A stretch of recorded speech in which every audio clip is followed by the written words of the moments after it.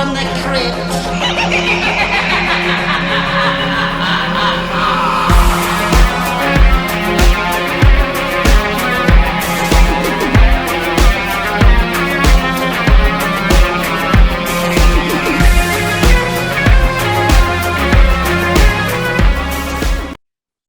Hello, boys and ghouls. Welcome to episode 62 of Dads from the Crypt, a Tales from the Crypt podcast.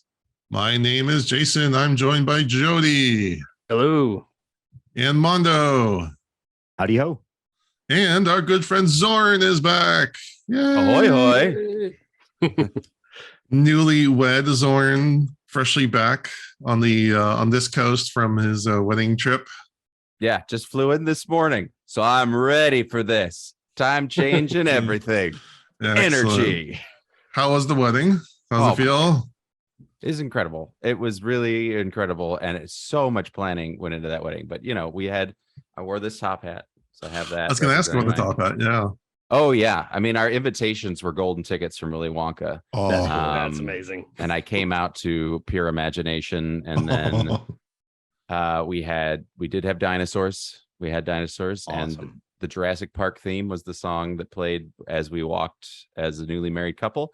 And my friend Morgan, who was playing it, Morgan and Jordan, were made up lyrics about us. That's amazing. That's amazing. Did you have people dressed as Oompa Loompas on standby in case the child died?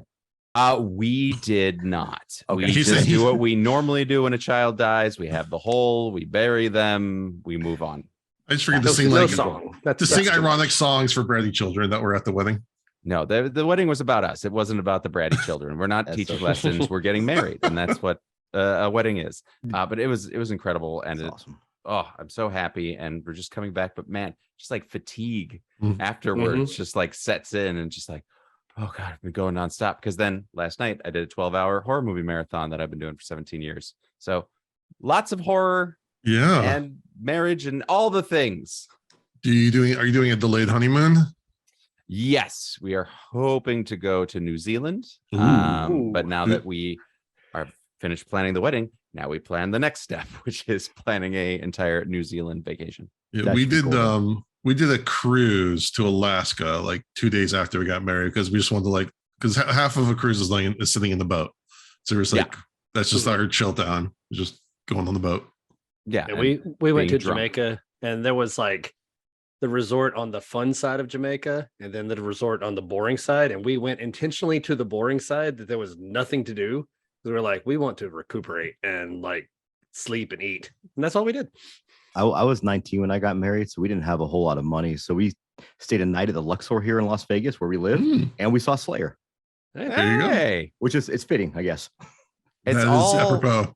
It's always great when weddings are personal to the couple. That's what they're always about. Ours was very personal to us and everything about us. And so I'm very, very happy to be married to Megan Gorman now. You know, my only regret about getting married so young is that, as you get older, obviously friends drop off. It's just how it is for everyone out there who's maybe younger listeners think, I'll have these friends till I die. You might not. So a lot of people that I wish would have been there, who I'm really close with now, obviously weren't there because I didn't know them at the time. But my best friend Phil was my best man and is still my best friend. So I'm still happy about that. Cool. But my groomsman I've known since 4th grade. Awesome. I've known my buddy Phil since 4th grade. Same thing. There you go. So Zoran, most people should know you, but in case they don't, tell us about yourself. As people should not know me, but that's if you're listening to this show and you don't know who Zoran is, you need to rethink your life decisions. You should know. As the voice of the $7.99 guy on Domino's commercials and the voice of the Blue Bunny. Yep, Blue Bunny ice cream. That is me. Confounding all the executives who hired me when they look at their YouTube videos, and it's like, I think that Blue Bunny loves Tremors. Yeah. Why are all these comments about Tremors and not our ice cream? Why is this funny? Keep talking about Bixby. I love Bixby. Hey, one day, maybe there'll be a Tremors movie sponsored by Blue Bunny. We don't know. Sure, that seems like what usually movies today, they're sponsored by you always go to the theater. I'm just picturing a graboid eating a Blue Bunny truck. That's what I mean. I just want the Blue Bunny product placement and the product. Yes. Or that's in the finale. There's a huge animatronic Blue Bunny that the characters are controlling to fight the graboids. It's a bunny versus graboid fight. I'm there. I'm there to voice it. I'm ready. Whatever they need. But yeah, aside from that, obviously, then yeah, Dead Meat is the big thing that I'm known for being a part of since 2018 currently. And my horror music video, Social Media Masochist, that I think is over 80 million views now. Congratulations. Oh, wow. Nice. Big fan. People keep watching that. And I thank you all very much for continuing to watch that glorious thing as we go closer and closer to the 5-year mark from the last video. And then we have to start figuring out what the third one is. Not saying there is officially going to be a third one, but I'm thinking about it.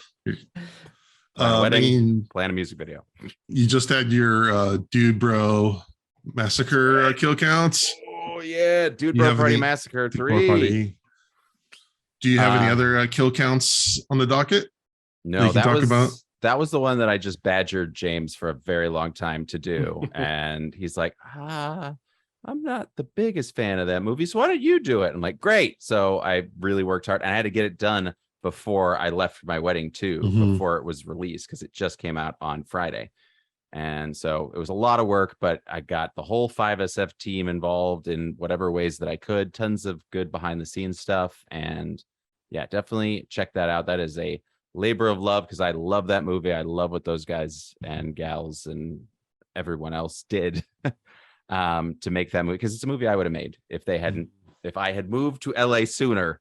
I would have probably been in that movie. So instead I digitally inserted myself into the movie and the kill count. There's lots of bits, lots of good jokes and bits in there. We'll get to it, but I think that's the perfect movie to pair with tonight's Tales episode. Oh, it is actually. Yeah. When watching this, I'm like, oh, this is perfect. I'm very happy. So before we get going, do you have any projects you're working on now you want to tease? Or are you still like coming down from marital? No, it was wedding, and I am working my damnedest to finish the Social Media Masochist 2 Easter egg video, part 2. Part 1, I think, was 1 year ago today. I released part 1. And there's certain projects that you just have that you just can't get the energy to get back into. And there's so many files and so much in-depth like reference. I got to pull all the posters and animate everything, pop it on screen. And like, oh, I missed that Easter egg that I put in there. I hate past Zoran. So I was going to say, for putting so many Easter eggs in this video.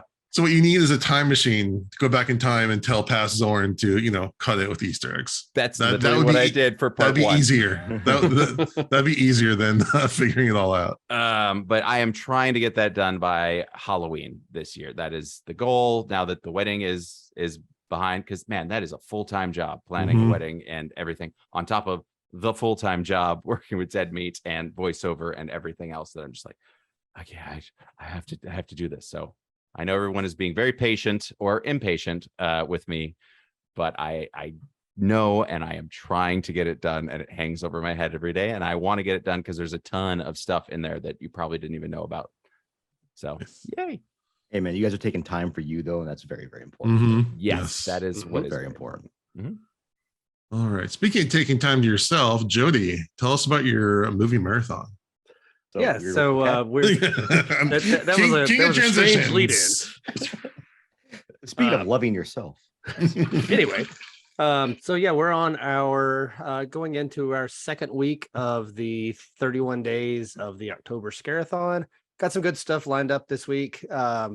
Tomorrow's movie is Fright Night, the remake, which I haven't ever seen, and I've heard a lot of people say it's really worth watching. So I'm excited about that. A couple cool things about that real fast. It was shot in Las Vegas, or based in Las Vegas, and it was when the housing crisis first happened back in 08, 09, and we had all these track houses that were just vacant. So it was really, because the idea behind it, and this is not a spoiler, but it's these guys are living in these vacant track houses, like squatting, which is perfect setting for the I really like that movie. So it was the Detroit before Detroit became Detroit. Well, yeah, except for the fact that most of these buildings were held by banks that just wanted to sit on them until the prices got higher. It was a rough time. It's happening again, but whatever. So some of the other stuff we got coming up this week, we got Hatchet 3, and I'm a big fan of all the early Hatchet movies, 1 through 3. Saint Maud, one called Cameron's Closet that just looks kind of wacky. I'm not sure exactly. There's like a kid and their boogeyman kind of situation. And one that I put on here just because of the title, because it sounds like a really trashy movie, but it's like a sophisticated 1960s British movie, The Torture Chamber of Dr. Sadism. Ooh. Wait, Jody, did I send you a VHS case of that one? I'm pretty sure you did. Yeah. Yeah, I had that on VHS at one point. It's all right. Yeah, I know. I don't expect it to be Looking I don't forward expect it to to be Way to good, sell but- it. Well, I can't. It's one of those movies that if you love kind of those kind of wacky, almost English films made around that period, like Mhm. I don't really. I want to compare it with like Abominable Dr. Phibes, but you can't really beat Vincent Price. But it Right. kind of has that same the same vibe to it with the set pieces and everything. And I absolutely adore that style. But if you don't, then it might be a little bit of a Right. Yeah. not as fun of a watch. And then one that I'm really looking forward to coming up at the end of the week is Evil Dead Trap, which I've never seen before, but it is Ooh. a Japanese movie. It's supposed to be kind of on the extreme end of Japanese movies. And yeah, good stuff. I think that one's up your alley, Jody. I think you'll Yeah, like no, that I'm one. sure it is. I don't have any doubt. Awesome. Where can people find that again? Yeah, just go to octoberscarathon.com. That's the easiest way. It's got all the movies listed and links to all of the socials where you can discuss everything. So join in, have fun, watch movies. Awesome. All right. And then we have another big announcement that we can break here.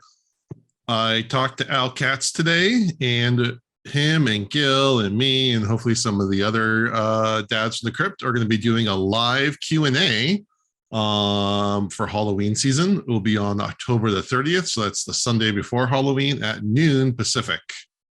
More details to come, but mark your calendars. Okay. Yes, Mark. I don't know how to mark calendars on these new computers. It's just a marker all over the screen. Do you think that's one of those terms that's eventually going to die out? That, and we still say roll up your windows, but who has a manual window anymore? But I don't know. That's true. I guess they don't. Yeah. I bought a really old car today and almost had that's like a main feature listed on the car. Electric Rolling windows. Ooh. What kind of car did you buy? I don't even want to talk about on air. Okay. I really hope it was like a station wagon, National Lampoon style. No, Family a wood truckster. panel. No, not quite. Was it a PT Cruiser? No. Oh, thank Christ. I would just kick you out of the podcast right now. Even though it's your podcast, that'd be hard to do. But Yeah.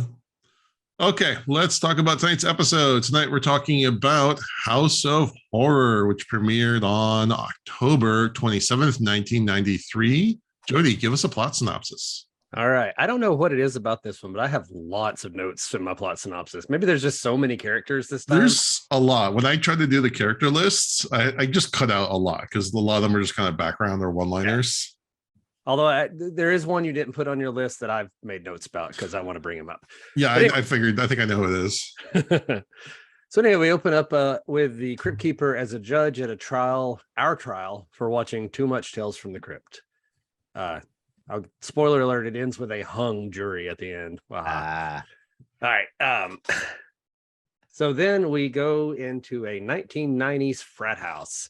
And I swear I thought I know this episode. I've seen it before. I thought it was an 80s movie. Like I had this clear picture of this entire setup happening. I thought it was some cheap 80s movie.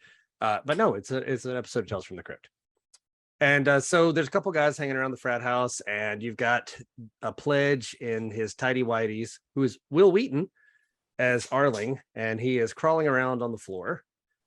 Broke named Les comes in and asks the pledges why he didn't clean the dog crap off the floor. And then he shows Arling his shoes where he has dog crap all over them and tells him to kiss his shoes. He starts going on to a story about this guy who quit once before. He couldn't cut it. His name was DeWitt, and they drove him to quit and caused him to have a nervous breakdown. And his picture's now hanging on the wall of shame. And Arling doesn't want that, so he kisses the shoe and goes back to cleaning. Real nasty. And then Les mentions that tonight will be a test of courage for all the pledges. There's 3 of them, which it makes sense that they only have 3 pledges. It seems like a crappy fraternity, especially with Les. But anyway, the pledges all kind of huddle together and talk about how they wish they could kill Les. What's that? Less is more. Yes. But they all kind of huddle together in their little tidy whitey pledge stuff, talking about how much they want to hit him with a baseball bat or a shovel or an axe or some light murder. Yeah. And They're interrupted with the doorbell ringing. Their doorbell, for some reason, plays Dixie like Dukes of Hazzard, like dun-dun-dun-dun-dun-dun-dun-dun. I don't know why. It never mentions that this is a Southern fraternity. You don't want that? I want that. I would love my doorbell to go. It just comes out of nowhere, though. Or I'd actually like it to be like Boss Hogg or whoever is chasing the Duke boys and just like, oh, someone's at the door. Arlen crawls over to answer the door, and there's a pretty girl named Mona waiting there. And he greets her and kisses her hand, and the president greets her. And she says, I'm from a new sorority, and we want to be your sister house, which I would assume you would have heard if there was a new sorority moving on campus. But, you know, maybe it's a big campus. I don't know. There's a lot of questionable things. It's like a 90s fraternity movie. You don't have to make sense of it all. Anyway, so Les thinks that this is all just a scam or a prank and invites the girls, instead of going over to their place, come to our initiation. It's off campus at this old house. And they decide to go through it. Mona and Arlen kind of keep sharing some little looks and stuff. And she agrees to bring the girls to the ceremony. So later that night, the pledges are on the way to the ceremony. They're blindfolded. The other brothers say they don't really approve of Les's methods, but he helped them get through a scandal a few years before, and so he basically gets what he wants. 6 years ago, by the way, when he's still in college. Les is standing in the road. He tells the pledges to get out, and while they're walking the rest of the way to this big house, he makes them recite the history of the house. And supposedly this house is cursed because several years ago, a bunch of fraternity bros were there, and they got hacked up by a man with an axe and a hacking cough. And so now that house is haunted. What's his name? What was his name? I missed that one. The Coffer. Yeah, The Coffer. That's right. It was, and it was called Coffer House. Just Bob Gale firing on all cylinders right there. We love you, Bob. I like Bob, but I imagine him just having a rough night and be like, fuck it, it's the Coffer House. Coffer House. He's coughing. Just we'll fill it in later. Oh, they took the script? Oh shit, they're filming it? Man, Tales from the Crypt moves fast. On his fourth glass of whiskey. Like, So each pledge has a flashlight, and they're supposed to go in and go up to the second story window, flash the light out the window, and then go up to the attic, do the same thing, and then wait in the attic for Les to come get them. it'd be a weirder episode if they had flashlights instead of flashlights. That would be very strange. Yes.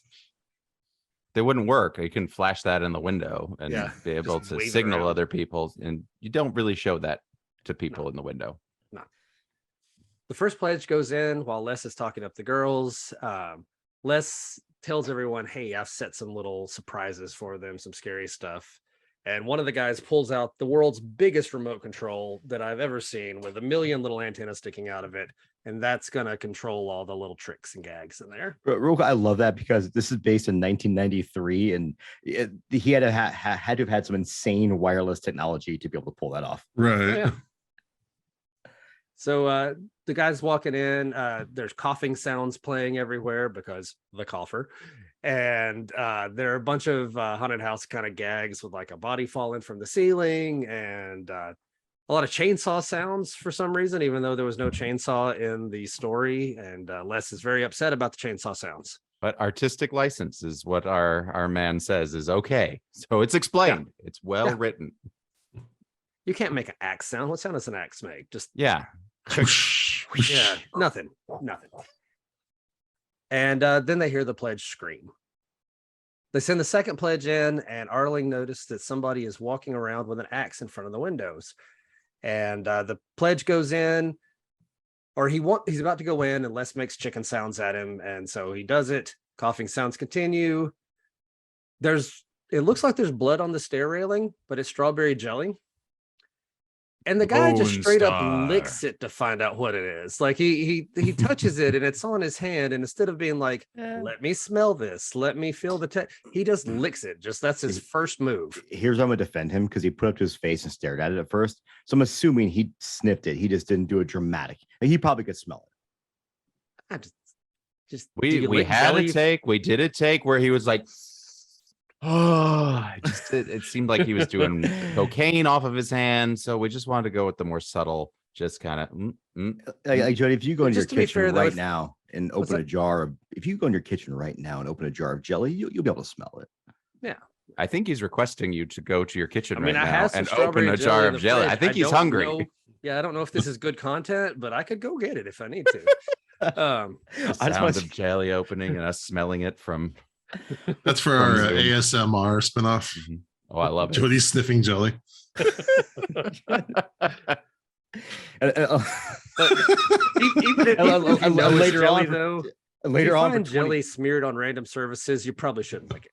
but That's and just later my on, tip to you. and later on for our expensive Patreon tier, you can watch Jody put his feet in it. That's All right. I better get good money for that one. he didn't say no. All right. So where was I? I got lost here. From inside the house, there's a scream, and a severed arm bursts through that second story window and lands on one of the cars. And they find out it's a real arm. And everyone assumes that the guys have pulled a little prank. They went over to the med school and just stole an arm. I guess you can just check one out, rent And one. that's got to be like one of the most 80s college humor things possible. Like every school has a easily broken into morgue that they can just borrow random body parts from. Yeah, but they did that like and if you guys haven't watched Ozark or The Sopranos, they kind of did it in those shows too. They had friends in mortuaries that would just sell them body parts. I just love the moment where they realize it's the only way they know it's a real arm is like one guy just walks over to it and like touches it. It's real, and that's it. No more explanation, no more anything than that. It's one guy who touched it briefly that went, oh. I like to think whenever I watch these shows, I'm like, if they were just horror movie fans, one of the guys are like, that's a fucking real arm. I'm getting out of here. And because that'd be I don't care if it came from a morgue. If someone's walking around with an arm. Yeah, that's the cutoff point. Those are the guys like, you need a toe? I'll get you a toe. With polish. All right, so the other bros start complaining that the other pledges haven't shown up in the top room. They've only made it to the second floor and done the flashing light there. No one has shown up in the attic. And Les says that he thinks the pledges are messing with him. They're getting ready to do something to him. And he bets Arling, because Arling's ready to go. Arling is the smart one. He's ready to leave. But Les bets him $100 that he won't even make it to the second floor. Not even the attic, just the second floor. And he's kind of tempted, but then Mona says $100 would make a good dinner date. And so then Arling quits thinking at that point, and he goes right into the building. He's thinking just with the wrong part. He's thinking, yeah. But the guy with the remote is sitting there, and Les asks him or says something about, that arm gag was really good. Neither of them know where it came from. That would be a red flag to me if nobody knows where this severed human arm came from, but apparently it's not a problem. So Arling goes up the stairs, and there's someone with an axe behind him in the background, and he grabs Arling's shoulder, and he's got this hideous face, and so he backs away and falls down the stairs screaming. Everyone rushes in, and Les starts yelling at him that it was just a dummy that grabbed him, apparently. And it was all fake, including the story. There was no coffer. There was no coughing house. All just a big prank. And real quick, I love that he tells. Oh, no, go ahead. Sorry, you're probably gonna bring it up here. Oh, okay. Maybe I'm not. I don't know. What is it? How Les said how they planted stories in the school newspaper, so that way if you research it, it would come up and act like it was real. I'm like, that was pretty cool. That was a nice. That's some dedication. Yeah. Mm-hmm. Gotta have that microfiche montage of them at the library. Microfiche. That would mean they needed a flashback to that. Another off-topic thing, because we don't go off the rails here or anything on Dads from the Crypt. Mm-hmm. But one of my favorite library scenes of all time was Leslie behind the mask. Yep. That whenever I hear see a library scene in a horror movie, I always think back to that. Awesome. Such a good movie. And that was probably the last year they ever used that technology. Yeah, I don't like that movie at all. Yeah. I really not like that movie, and didn't just take an acting class with Nathan. Nathan. I love Nathan. Great acting teacher if you want to take an acting class in LA. Paradise Lost. Found it. I feel like all three of us have the right faces for podcasts. I don't know who the right faces for acting. Right, so I said three of us. I'm not including you, Zoran. You're. You say that to the voiceover guy. All right, so everyone rushes in, and Les says it's a dummy, and it says Arling is felled, and he's going on the wall of shame now. And so Les is calling for the pledges to come down, but Arling says, "Hey, weren't you supposed to go up there and get them in the attic?" And so Les starts realizing he doesn't want to walk up there. There's just enough spooky stuff happening. He tries to get the other guys to go with him, but they all start clucking like a chicken at him, which apparently used to be a big thing. People would cluck like chickens all the time. Nobody Marty calls me chicken. Yeah, it's a Back to the Future. Yeah, it's a Back to the Future thing. Yeah, I assume that's got to be conscious, since he also wrote Back to the Future, the writer of this episode. So he decides to go up anyway, and then the coughing sounds start up again. And about that time, a man with a mask jumps out and jumps on top of him and pulls off his mask, and you realize it's the DeWitt guy who was mentioned briefly earlier in the episode. He was the former pledge who he was getting his revenge on Les, and apparently on the other pledges too. I don't know why. If his revenge was on Les, I'm not sure why he terrified anyone else along the way, but he didn't. He said he didn't. He just put a note on the door to well, not come. But he did scare Arling though. Yeah. He grabbed him and the ghoul faced him, just jumped in his face. Well, Arling's a wiener. Yeah. So you got to scare. You got to take the opportunity. It's fun to scare people. It's really. I feel like DeWitt's probably not the most stable person to begin with. Yeah, true. He's basically George McFly. Like he's hey, you get your damn hands off my axe. He's been waiting in this house for 15 years or whatever for his revenge. You think he's been here in 15? Yeah, pretty much. For 15 years, I'm gonna get him. This is gonna be the year. This is going. Oh no, next year. I'll just wait here. They didn't show up again. All right. But anyway, DeWitt had put a sign up on the attic door telling the pledges not to signal and just to wait until they heard the signal word "Happy Birthday." And so Les goes up for them, yelling "Happy Birthday." And while he's going up there, one of the guys asked DeWitt if he did the arm thing. And DeWitt says no. And then they picks up the arm. He's, what arm? And they pick up the arm and they realize, oh, it's got a pledge ring on it. This is actually someone's arm. And they just all kind of hang out, still waiting at the bottom, I guess, waiting for Les to get back. And Les makes it to the attic. He's walking around with a flashlight and he finds a trash can full of bloody bones. And suddenly a bunch of sorority sisters walk out, welcoming him to the Delta Omega Alpha Pledge Night, DOA, dead on arrival, in case you weren't paying attention. The DOA is an all-ghoul sorority, and they are there to eat Les. They advance on him with knives and chainsaws, and the main girl tells them to eat every bite or they'll end up on the wall of shame. And it ends back downstairs where the guys see Les's head tumble down the stairs. Yeah, very Indiana Jones and the Last Crusade. Mm-hmm. So what is it with ghouls and acronyms in the show? Is there a thing about that? Is that canon somewhere? That ghouls like acronyms? Ghouls, they eat the flesh of the living, and also they really enjoy coming up with puns. Yeah, I think that's what this Keeper entire show is, based on a ghoul who comes up with puns. So it's like, I mean, when I write a thing, I don't ever want to just name it something like that. I'm like, oh, I could hide something in this that would be fun for people to catch if they did. No, there's another episode with Steven Weber that has ghouls and they have a really crazy acronym. Oh yeah, awesome. That's what I was calling back to, where it's I'll look it up while we're doing it, but Mondi, you can look it up because you look busy. All right, Zoran, you're our guest, so you can start off. What did you think of this episode? I really enjoyed this episode. I remember this one from when I would first watch it as a kid, and it is such just a tight college movie that you're just watching in 22 minutes. And just to see all the fun people in there, like Kevin Dillon and Keith Coogan, who whenever I see Keith, I just go, man, the dishes are done, man, from Don't Tell Mom the Babysitter. Yeah. Sitter's Dead. I love that movie and I loved him in it. And then Meredith Salenger was Mona, who is now married to Patton Oswalt. And that's how I know of her now. But then she was also in, I think, Lake Placid. Yes. Yes, was another wonderful one. And then there's one guy that and this is what happens every time I watch. So I just watched this with my wife. Because I have to say it that way now. Apparently, that's you gotta say with the Borat accent. I'm allowed to say that now. 6 months. That's why people get married, so you can say my wife.